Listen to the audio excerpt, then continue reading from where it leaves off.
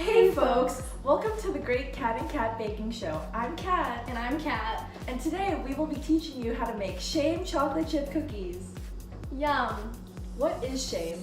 Shame is the effect of indignity, defeat, transgression, alienation, striking deep into the heart of the human being and felt as an inner torment and a sickness of the soul. Some benefits of these cookies, these shame cookies, are that a lot of people see sugar as only a bad thing, but in reality, you should not bake or consume all of it, because a little sugar in moderation is not a bad thing at all. It can help us monitor ourselves, recognize our limits, and adjust our behaviors, and it is appropriate in some cases. But be warned, when we overindulge in shame cookies, it can become problematic. Shame should be self-regulatory, not long-lasting or ingrained in your identity.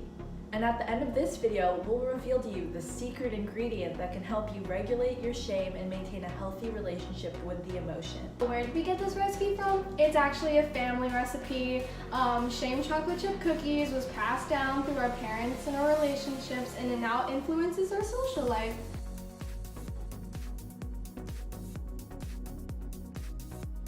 Three most important ingredients that'll base these cookies that help them grow are jealousy, secrecy, and silence. There are other ingredients you can include but can change depending on your own personal recipe. Since we're making shame chocolate chip cookies, you'll also need depression salt, low self-esteem chocolate chips, and envious flour, and baking soda.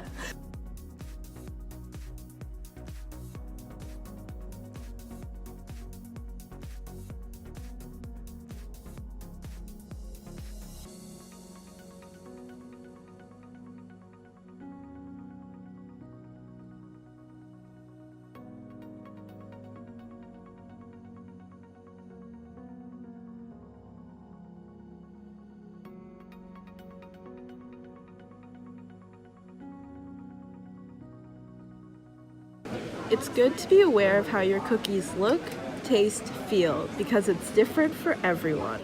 The first element of shame resilience is recognizing shame and understanding our triggers.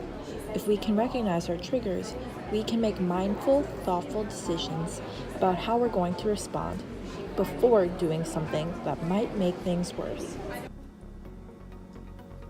It's a little burnt, but that's because shame to me tastes burnt and smells burnt and causes me to feel physical pain like a stomach ache if I eat too much. We perceive ourselves as being flawed and feel bad about who we are. This doesn't even need to happen in the presence of others. We can feel shame when we eat these cookies behind closed doors. And that's the difference between shame and guilt. Guilt is, I did something bad because I ate so many cookies. And shame is, I am bad because I ate all these cookies. So you might be asking yourselves, how can we make this better?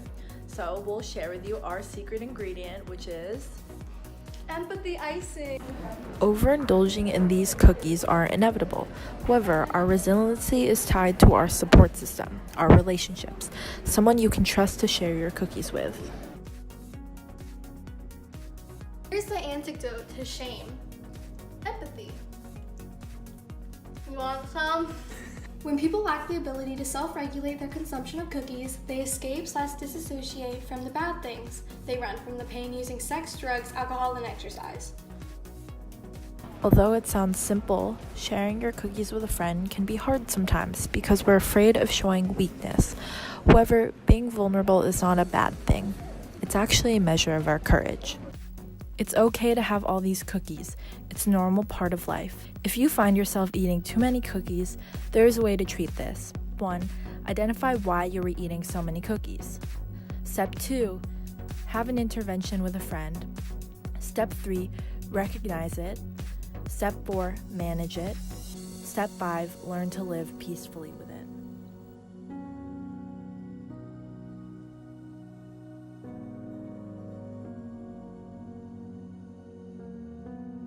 And don't forget, the two most powerful words when we're in struggle are me too.